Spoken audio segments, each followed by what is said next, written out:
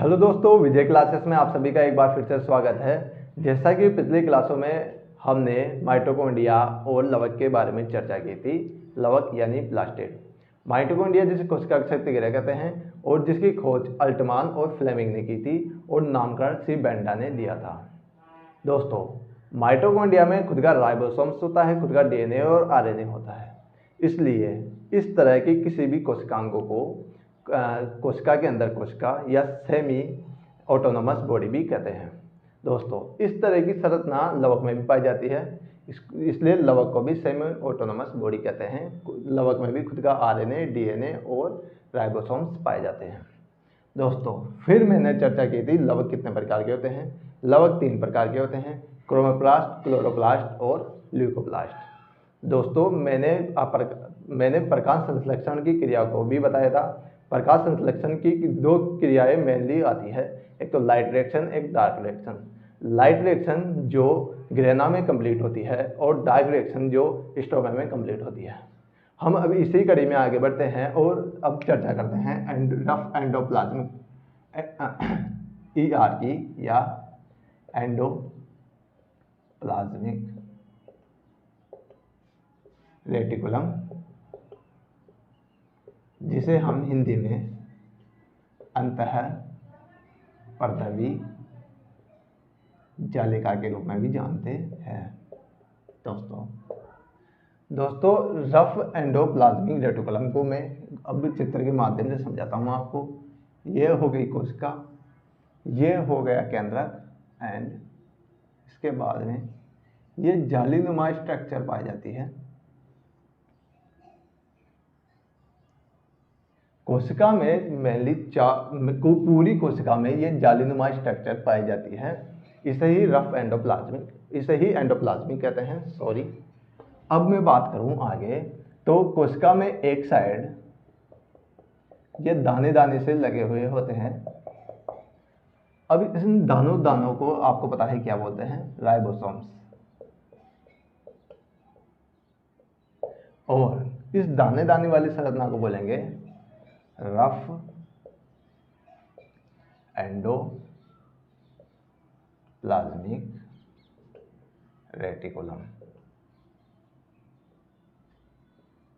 इस चिकनी वाली सतह को, जिसमें राइबोसोम्स नहीं पाए जाते, इसे हम बोलेंगे स्मूथ एंडोप्लाज्मिक रेटिकुलम। मैं ER से एंडोप्लाज्मिक रेटिकुलम को डिनोट करूंगा। ठीक है। अब जैसे कि मैंने बताया कि ये 2 प्रकार की हो गई, तो इनके कार्य भी देखते हैं। एक तो रफ एंडोप्लाज्मिक रेटिकुलम, जिसे मैं ER से डिनोट कर रहा हूं, और में एक हो गई अपने स्मूथ एंडोप्लाज्मिक रेटिकुलम, जिसे मैं SER से डिनोट कर रहा हूं। रफ एंडोप्लाज्मिक रेटिकुलम रफ क्यों? क्योंकि इस पे दाने पाए जाते हैं। दाने किसके पाए जाते हैं? दाने पाए जाते हैं राइबोसोम्स के। अच्छा, राइबोसोम्स का क्या काम है? कार्य। राइबोसोम्स अगर एंडोप्लाज्मिक रेटिकुलम में पाए जाएंगे तो दाने बनाएंगे। राइबोसोम्स काम होता है प्रोटीन का संश्लेषण करना। और स्मूथ एंडोप्लाज्मिक रेटिकुलम, जिसमें चिकनी अंतःपर्दवी जालिका, जिसे हम चिकनी अंतःपर्दवी जालिका के नाम से भी जानते हैं, उसका काम होगा एक तो स्टेरॉइड एंड वसा का संश्लेषण करना। दोस्तों, मैंने शुरुआत की थी अंतःपर्दवी जालिका से, जिसे ER या एंडोप्लाज्मिक रेटिकुलम भी बोलते हैं। ये कोशिका में पूरी जगह फैली होती है और जालीनुमा स्ट्रक्चर होती है। मेनली एक साइड ये रफ होती है और एक साइड ये चिकनी होती है। रफ यानी खुरदरी अंतःपर्दवी जालिका। मैं ये इसका हिंदी नाम भी लिखता हूँ।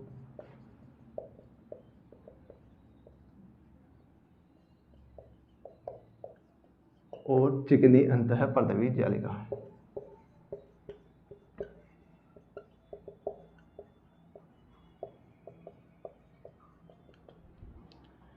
अब रफ एंडोप्लाज्मिक रेटिकुलम है जो काम करेगी, जिस पर रफ एंडोप्लाज्मिक रेटिकुलम, इस पर पार्टिकल्स पाए जाएंगे राइबोसोम्स के।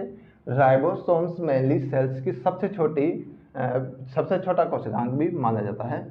इसका काम, राइबोसोम्स का काम होता है प्रोटीन का संश्लेषण करना, और पूरी ही एंडोप्लाज्म का कार्य हो गया कोशिका को पिचकने से रोकना। इसे कोशिका का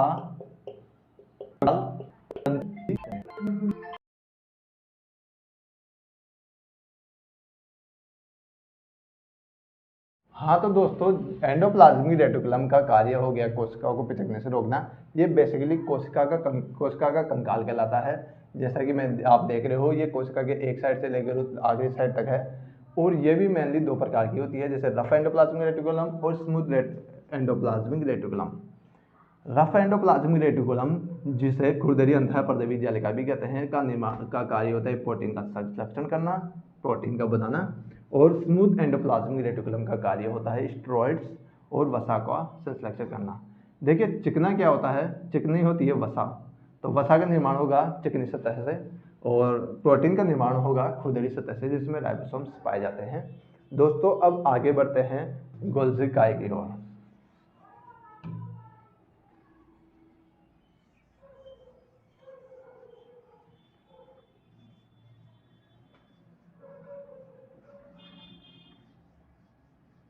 दोस्तों, अब गोल्जी काय की ओर बढ़ते हैं। अपन गोल्जी काय के बारे में बताता हूं मैं आपको।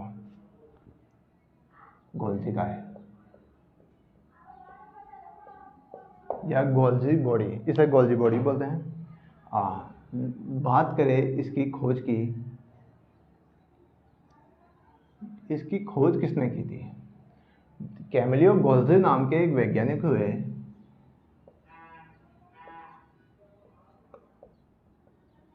जिन्होंने इसकी खोज की थी, और इसका उपनाम भी है, इसे बैकर्स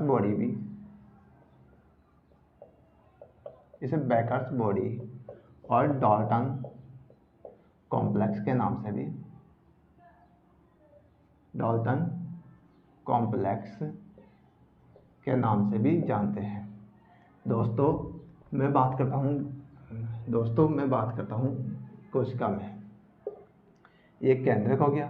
दोस्तों, गोल्जी काय भी एक जालीनुमा स्ट्रक्चर होता है, जो मेनली इस तरह से बना होता है और पूरी कोशिका में फैला होता है।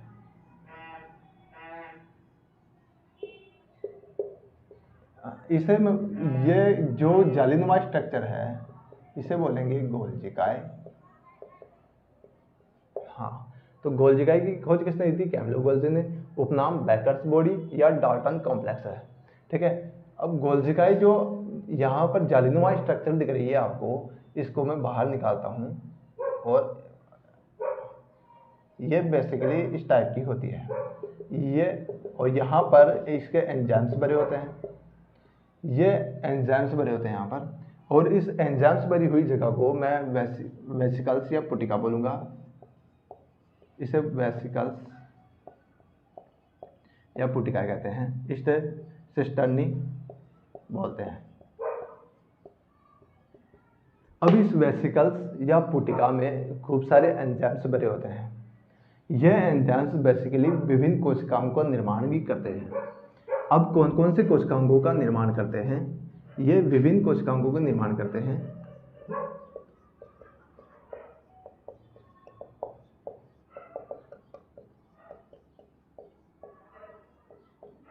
कोशिकाओं का निर्माण करते हैं।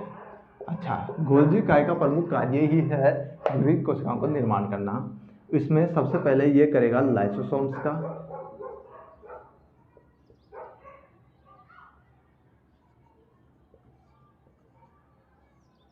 ये निर्माण करेगा लाइसोसोम्स का और एक्रोसोम।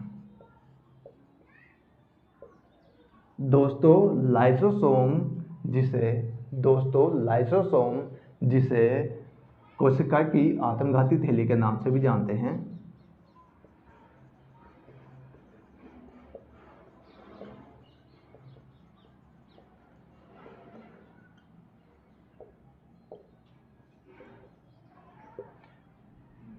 दोस्तों लाइसोसोम जिसे कोशिका की आत्मघाती थैली के नाम से जानते हैं, उसका निर्माण भी गोल्जी काय ही करता है। दोस्तों, लाइसोसोम्स का कार्य होता है विभिन्न कोशिकांगों को गलाना या नष्ट करना, इसलिए इसे कोशिका की आत्मघाती थैली भी कहते हैं। दोस्तों एक्रोसोम की बात करूं मैं, तो एक्रोसोम्स होता है शुक्राणु में मेनली ऊपर पाया जाता है एक्रोसोम्स। अब इसका क्या काम होगा, ये हो गई अंडा फीमेल एग, एंड ये हो गया अपना शुक्राणु। यहाँ पर पाया जाएगा एक्रोसोम। ये एक्रोसोम इसी पुटिका को नष्ट कर देता है, गला देता है और शुक्राणु को अंदर जाने में मेनली सहायता करता है। तो आप देखोगे तो ये लाइसोसोम भी मारने का गलाने का काम कर रहा है, एक्रोसोम भी गलाने का काम कर रहा है। तो कोशिका से जो भी चीज़ बन रही है जो गलाने और मारने का काम करती है। दूसरी बात, एक और कार्य होता है इसका मेनली, जैसे लड़कियां ज़्यादा बोलती है, ठीक है, तो उनकी जीभ ज़्यादा काम करती है। अब उनकी जीभ और लड़के के हाथ पैर ज़्यादा काम करते हैं। अगर मैं कोशिका की बात करूं तो माइटोकॉन्ड्रिया बना रहा है ऊर्जा, तो एक सीमित समय तक ही बना सकता है और यहाँ की कोशिका की पूरी ऊर्जा खत्म हो जाएगी ज़्यादा बोलने से, जीभ लबलबाने लग जाएगी, गिर जाएगी आड़ी टेढ़ी। तो ये गोल्जिकाएं ऊर्जा का भी नियंत्रण करती है, ऊर्जा को भी बराबर मात्रा में बनाए रखती है। मान लिया पैर काम नहीं आ रहा तो पैर की ऊर्जा को जीभ तक पहुंचाने का काम भी गोल्जिकाएं करती है। दोस्तों अब आगे बढ़ते हैं राइबोसोम्स के बारे में। राइबोसोम्स के बारे में पढ़ते हैं हम आगे।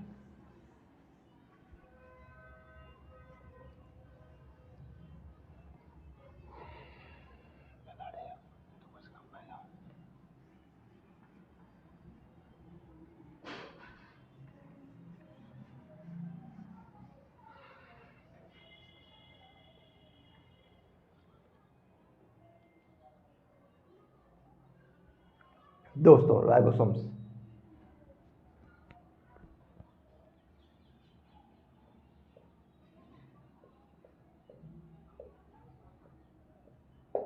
राइबोसोम्स के बारे में चर्चा करते हैं। इसका उपनाम है, इसे पेलाडे कण या पेलाडे पार्टिकल्स भी बोलते हैं।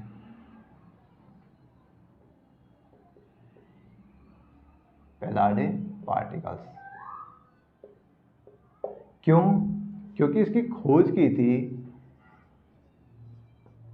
पेलाडे नाम के वैज्ञानिक ने।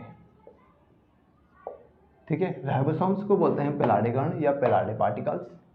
खोज की थी पेलाडे साहब ने, इसलिए इसे पेलाडे कण या पेलाडे पार्टिकल्स भी बोलते हैं। मेनली ये कहाँ पाई जाएगी? मेनली ये कहाँ पाई जाती है? ये पाई जाती है माइटोकॉन्ड्रिया में,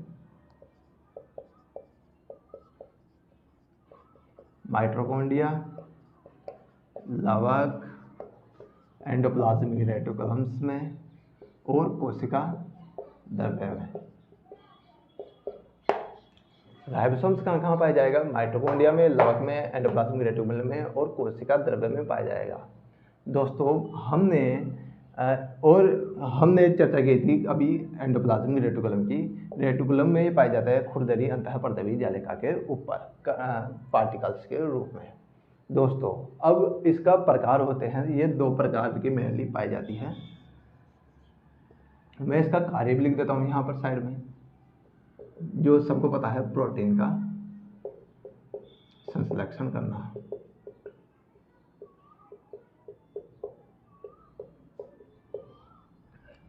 ये 2 प्रकार की पाई जाती है, एक तो 70S प्रकार की, एक 80S प्रकार की।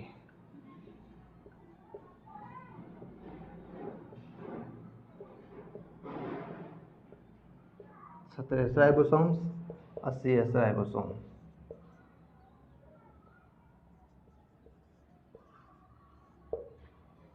अब दोस्तों आप 70S और 80S को देख के ये समझना कि बड़ी 80S होगी। हालांकि बड़ी होती है पर यह कोई आकार का निर्धारण नहीं है 80 और 70।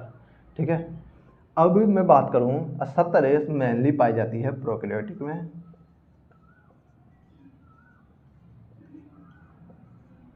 और 80S पाई जाएगी यूकैरियोटिक कोशिकाओं में, विकसित कोशिकाओं में, जिसे मैंने विकसित कोशिका का नाम भी दिया था। अब आप कहोगे कि कल आपने माइटोकॉन्ड्रिया में भी बताया था और लवक में भी 70S बताया था, तो माइटोकॉन्ड्रिया और लवक प्रोकैरियोटिक कोशिका थोड़ी है। मैं कहूँगा नहीं है। क्यों? अब मैं ये कहूँगा कि माइटोकॉन्ड्रिया और लवक खुद एक कोशिका नहीं है, वो कोशिकांग है। कोशिका की बात हो रही है, कोशिका में नहीं पाया जाता ये। और माइटोकॉन्ड्रिया की बात की जाए तो वो भोला 70S जाता है, पर उसमें 55S राइबोसोम्स पाए जाते हैं। अब मैं बात करूँगा प्रोकैरियोटिक इसकी 70S की। 70S बना होता है mainly 30S plus 50S ribosome से, और 80S बना होता है mainly 60S plus 40S ribosome से। अब आप कहोगे कि 60 और 40 तो शो हो रहे हैं, पर आपने 80 क्यों लिख दिए? आपकी मैथ कमजोर है? नहीं, बेसिकली 60 और 40 कुछ जोड़ने की काय नहीं है दोस्तों। यहाँ पर 70S और 80S की बात होती है। एस मेनली है क्या? एस है स्वेटबर्ग इकाई या स्वेटबर्ग यूनिट। अब इस स्वेटबर्ग इकाई क्या है, इसे इस तरह समझते हैं। एक व्यक्ति है यहाँ पर, ठीक है, और यहाँ पर भरा हुआ है पानी। अब ये व्यक्ति ये गोताखोर है और ये छलांग लगाना चाहता है पानी में। अब गोताखोर छलांग लगाते हैं तो थोड़ी कलाबाजियाँ करके लगाते हैं इस तरह। अब ये पानी में डूबने से पहले जितनी कलाबाजियाँ हवा में करता है, इसको ही स्वेटबर्ग इकाई कहते हैं। अब इसे थोड़ा इस तरह समझते हैं। अब इसे थोड़ा राइबोसोम्स के फॉर्म में भी समझते हैं। जैसे सेंट्रीफ्यूज नाम की एक मशीन आती है। सेंट्रीफ्यूज नाम की एक मशीन आती है। इसका काम होता है अपकेंद्रीय बल के द्वारा, अपकेंद्रीय बल से, इसका काम होता है अपकेंद्रीय बल से किसी भी कोशिकांग को जोर से घुमाती है। उसके बाद में प्लाज्मा अलग हो जाता है और कोशिकांग नीचे बैठ जाते हैं। इस तरह से कोई वो आती है और ये अपकेंद्रीय बल से इस साइड घूमती है। अब सेंट्रीफ्यूज मशीन जो अपकेंद्रीय बल से घूमती है, कितनी देर में राइबोसोम्स को प्लाज्मा के अंदर डाल पाती है और प्लाज्मा को अलग कर पाती है, वही एक स्टर्नबर्ग इकाई है। जैसे सेंट्रीफ्यूज मशीन ने इसे 70S राइबोसोम को 70 चक्कर घुमाने के बाद में पानी के अंदर या प्लाज्मा के अंदर एक साइड डाल दिया, नीचे डाल दिया। इस 80S राइबोसोम्स को 80 चक्कर लगाने के बाद में सेंट्रीफ्यूज मशीन ने पानी के अंदर डाल दिया या प्लाज्मा के अंदर डाल दिया, द्रव्य के अंदर नीचे डाल दिया, डूब गया राइबोसोम। 80S प्रकार का राइबोसोम डूब गया 80S प्रकार के बाद में। अब ये 70S प्रकार भी 30S और 50S प्रकार का होता है, मैंने बताया था। अब ये देखिए, ये हो गया 30S और ये हो गया 50S और ये हो गया 30S। अब आप बोलोगे ये देखो 30 और ये आपस में जुड़े होते हैं मैग्नीशियम आयन से, ये आपस में जुड़े होंगे मैग्नीशियम आयन से। 30S राइबोसोम सेंट्रीफ्यूज मशीन में जब अलग करते हैं हम, तो ये 30 चक्कर लगाने के बाद में डूबेगा और ये 50 चक्कर लगाने के बाद में 50S राइबोसोम सेंट्रीफ्यूज मशीन में द्रव में डूब जाएगा। और अगर इन दोनों को ही सम्मिलित रूप से डाल दिया जाए सेंट्रीफ्यूज मशीन में बिना दोनों को अलग किए हुए है, तो ये 70 चक्कर लगाने के बाद में द्रव्य में डूब जाएगा। इसी तरह ही 80S राइबोसोम्स होता है, जो एक तो 60S और एक यहाँ पर लिख रहा हूँ मैं, एक तो ये हो गया 40S, ये हो गया 60S। तो ये 40S वाला ये भी मैग्नीशियम आयन से जुड़े हुए हैं, ठीक है। ये 40S वाला 40 चक्कर लगाने के बाद में प्लाज्मा में डूब जाएगा। ये 60S वाला 60 चक्कर लगाने के बाद में प्लाज्मा में डूब जाएगा। और दोनों को सम्मिलित रूप से डाल दिया जाए तो ये 80 चक्कर लगाने के बाद में प्लाज्मा में डूब जाएंगे। राइबोसोम्स का मैंने काम बताया था मेनली प्रोटीन का संश्लेषण करना। अब मैं आगे बढ़ता हूँ आगे के कोशिकांग की ओर। देखिए एक बार रिपीट कर रहा हूँ, राइबोसोम्स उपनाम है पैलाडिकॉन या पैलाडी पार्टिकल। पैलाडी क्यों कहते हैं? क्योंकि ये पैलाडी ने खोजा था। कार्य क्या है? प्रोटीन सिलेक्शन करना। ये दो प्रकार का होता है। ये कहाँ पाया जाएगा? माइटोकॉन्ड्रिया, लवक, एंडोप्लाज्म रेटिकुलम और कोशिका द्रव्य साइटोप्लाज्म में। 17 राइबोसोम्स और एक होता है 80 राइबोसोम्स। 17 राइबोसोम्स मेनली पाए जाते हैं प्रोकैरियोटिक कोशिकाओं में, और ये भी दो प्रकार की होती है, एक 30 राइबोसोम्स, एक 50 राइबोसोम्स। 30 से 50 राइबोसोम्स भी आपस में जुड़े हुए होते हैं, जो मैग्नीशियम आयन से जुड़े होते हैं। एक होता है 80 राइबोसोम्स यूकेरियोटिक कोशिकाओं में, और 60 और 40 दो प्रकार के राइबोसोम्स पाए जाते हैं। अब मैं आगे बढ़ता हूँ और लाइसोसोम्स के बारे में आपको बताता हूँ।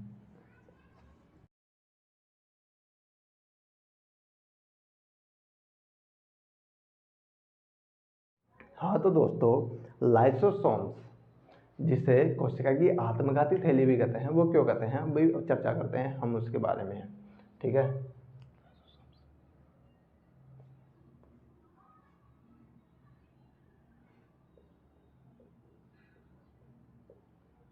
दोस्तों मेनली लाइसोसोम्स, दोस्तों अब लाइसोसोम्स की चर्चा करते हैं। लाइसोसोम्स बेसिकली लाइसिस शब्द से बना हुआ है, जिसका अर्थ होता है अपघटन करना या तोड़ना, किसी भी कोशिका को गला देना या तोड़ देना, ठीक है। लाइसोसोम्स कोशिका में, ये केंद्रक हो गया। लाइसोसोम्स कोशिका में इस तरह बिखरे पड़े हुए रहते हैं। इसका काम होता है किसी भी कोशिकांगों को गला देता है या किसी भी कोशिकाओं को गला देता है, इसलिए इसे कोशिका की आत्मघाती थैली भी कहते हैं। इसकी खोज की थी क्रिश्चियन डी डुबे ने,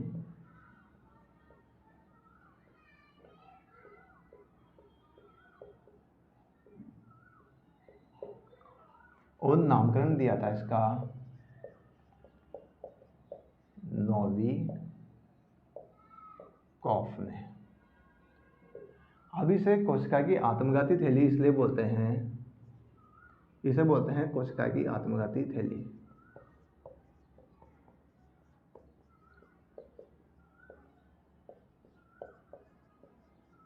या आइटम बम।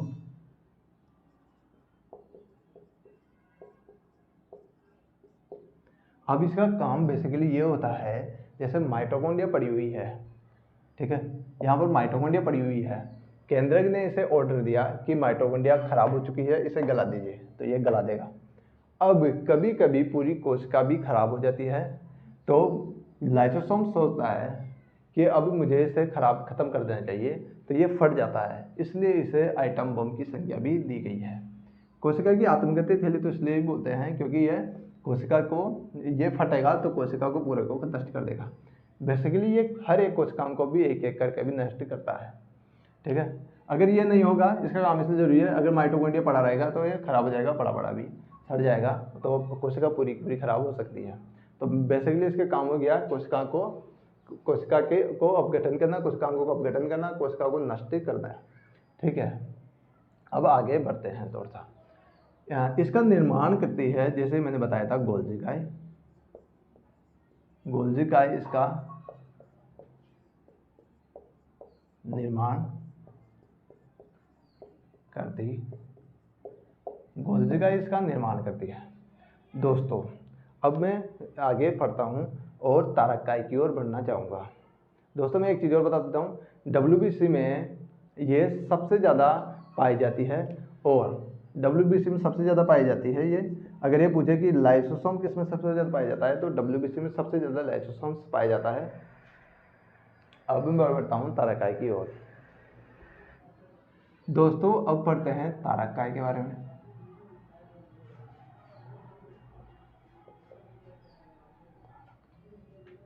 इसे सेंट्रियोसोम्स भी बोलते हैं।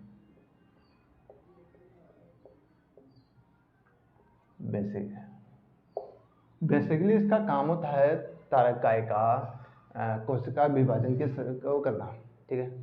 कोशिका विभाजन को करना इसका सबसे पहले काम होता है। देखो इसको खोज की थी बोवेरी ने, पर इसे सबसे पहले देखा था वॉन बेंडन ने, पर इसका खोज का श्रेय जाता है केवल बोवेरी को, ठीक है। अब आगे बढ़ते हैं। तारकाई मेनली जंतु कोशिका में ही पाई जाती है।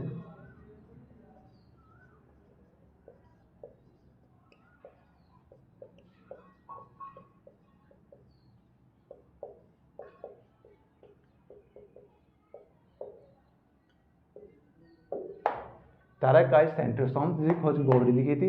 ये याद रखना, जंतु कोशिका में ही तारकाई पाई जाती है। इसमें खुद का डीएनए और आरएनए नहीं होता, डीएनए और आरएनए नहीं होता, पर फिर भी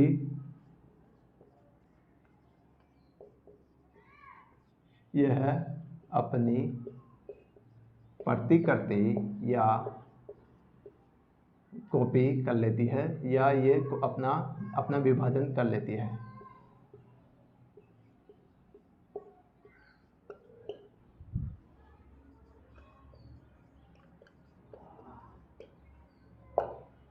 ठीक है, खोज की थी बोबरी ने, जंतु कोशिका में पाई जाती है। डीएनए और आरएनए इसका नहीं होता खुद का, पर फिर भी यह अपनी प्रतिकृति कर लेती है।